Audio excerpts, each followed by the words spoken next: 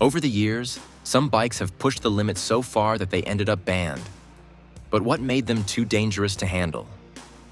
Let's take a closer look at 5 of the most notorious outlawed motorcycles ever built. Suzuki Hayabusa. Back in the 50s and 60s, cafe racers were pushing their limits, trying to hit the ton, 100 miles per hour. That was a challenge back then, and even today, fighting the wind at high speeds isn't easy. But then came the Suzuki Hayabusa, a motorcycle so fast it nearly doubled that mark. When it first hit the streets in 1999, the Hayabusa didn't quite crack 200 miles per hour, but it got close. 19.4 miles per hour, to be exact. That speed came from its powerful 1,299 cubic centimeter four-cylinder engine, pumping out 161 horsepower and 100 pound-feet of torque. The functional ram air intakes up front helped it breathe, giving it the extra punch to dominate the road. But that kind of speed came at a cost. It was so fast that motorcycle manufacturers in Japan and Europe started worrying that governments would crack down on high-performance bikes. To stay ahead of potential regulations, they agreed to electronically cap the Hayabusa's top speed at 186 miles per hour after 1999. Even when Suzuki gave it a power boost in 2008, upping the engine to 1,340 cubic centimeters and pushing out 194 horsepower, that limit stayed in place. Then, almost exactly 20 years after its debut, Suzuki announced that the Hayabusa was being discontinued. It couldn't meet the Euro 4 emission standards or comply with EU Regulation 168/2013. While those rules officially took effect in 2016, manufacturers had a 2-year grace period to clear out any remaining non-compliant models. After that, selling a brand new Hayabusa in Europe was off the table.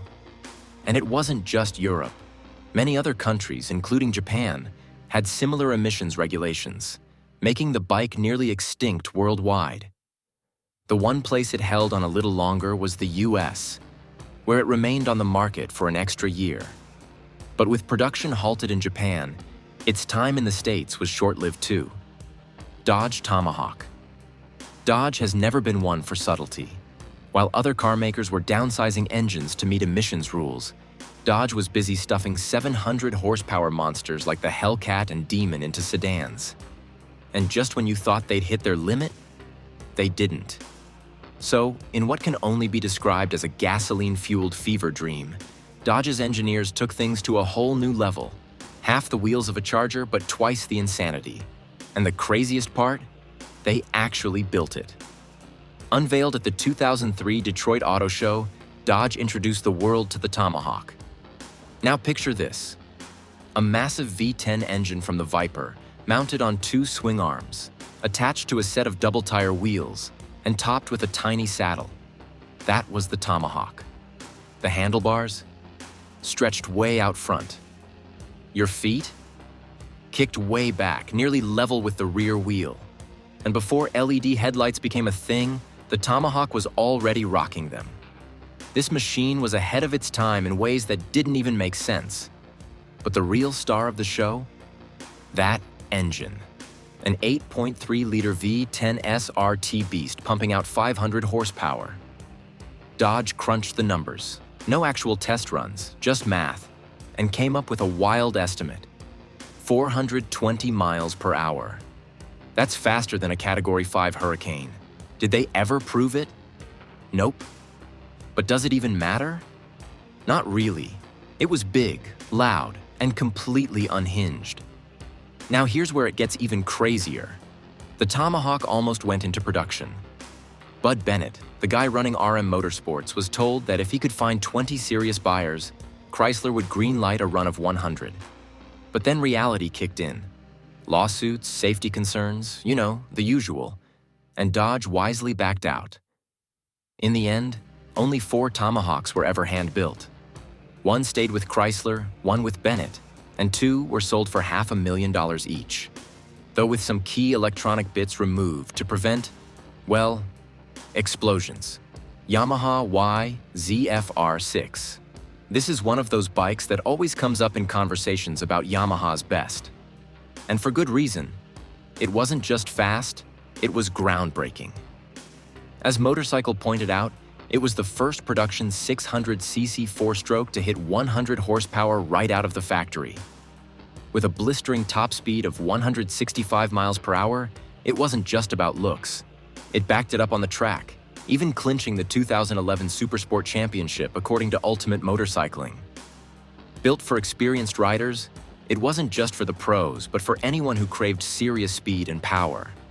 But after 21 years on the market, the Yamaha YZF R6 was discontinued in 2020. The reason? Emissions regulations. In January 2021, the European Union introduced new rules called Euro 5 to cut down on motorcycle emissions.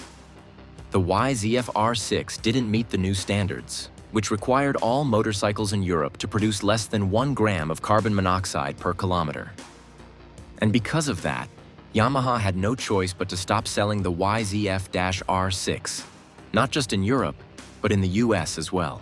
Now, some might wonder why Yamaha couldn't just keep selling the YZF-R6 in the US, even if it wasn't allowed in Europe. But as Honda pointed out, it's just too expensive and complicated for manufacturers to build different versions of the same bike for different regions. And according to Cycle News, the YZF-R6 wasn't exactly flying off the shelves in the US. There is some good news though. Yamaha is still selling limited models of the Yamaha YZF-R6. But if you're in the US, it's only for the racetrack, and it'll set you back $12,699. Kawasaki Ninja H2R Kawasaki is a giant in the motorcycle world. They've been making bikes since 1962 and have dominated everything from racing to dirt bikes. But when it comes to sheer speed, the Kawasaki Ninja H2R is on another level. This beast isn't just fast, it's supercharged, track-built, and designed for pure performance. Now let's clear up a little mix-up. The H2R wasn't around in the 70s. That was a different era for Kawasaki. But this bike? It's got a design that turns heads. From the sleek frame to those aggressive wings, everything about it screams power. Even seasoned riders get off this thing feeling a little shaken. And honestly, just looking at it, you might be wondering, is that even street legal? Well, the answer is no. The H2R is built only for the racetrack. It doesn't have headlights, turn signals, taillights, or even mirrors, things that are required in most states. Take Indiana, for example. If your bike was made after 1956, it needs a rear-view mirror, turn signals, and a speedometer. The H2R? Not even close. And if that wasn't enough, some states ban it just for how insanely loud it is. And in India? The H2R is straight up illegal. It doesn't meet the country's strict emission rules, so it can't be registered or ridden on the roads. But that didn't stop one guy in Hyderabad. Back in 2019, he somehow got his hands on an H2R from Japan and took it for a spin. No registration, no insurance, nothing. It didn't take long for the authorities to catch him, and they seized the bike on the spot. But hey, if you're bummed that you can't legally ride the H2R on the streets, there's good news. Kawasaki makes a road-legal version, the H2. It's got a slightly toned-down performance, but you can ride it straight out of the factory. And if you really want to ride an H2R on public roads, it's possible, with the right modifications. BMW HP4 Race. BMW already had a beast with the S1000RR, but they wanted to push it even further. Enter the HP4 Race. This isn't just any sport bike. It's a no-holds-barred, track-devouring machine.